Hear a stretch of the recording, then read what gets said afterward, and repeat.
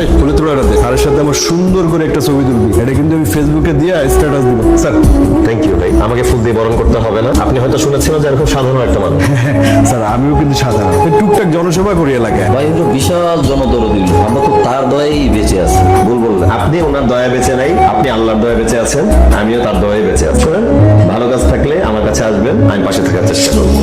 তবে দেশ বিরোধী, আইন বিরোধী, সমাজ বিরোধী, অবৈধ যে কোনো কাজ আর তেলবাজি করার জন্য আমার কাছে আসবেন না। আমি খুব লজ্জা পাবো। আসবো স্যার? হ্যাঁ আসেন, বসেন, কি বলবেন বলেন। স্যার একটু সিক্রেট স্যার।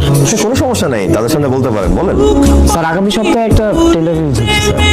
স্যার আমার পরিচিত একজন যদি কাজটা আপনি পাইয়ে দেওয়ার ব্যবস্থা করেন, একদম ঝুঁকিমুক্তভাবে স্যার, আমরা একটা অ্যামাউন্টের লেনদেন করা স্যার। আপনাকে কিছু করতে হবে না স্যার, আমি সব ব্যবস্থা করব। দেখেন রিপন সাহেব, আমাকে অবৈধ প্রস্তাব দেওয়া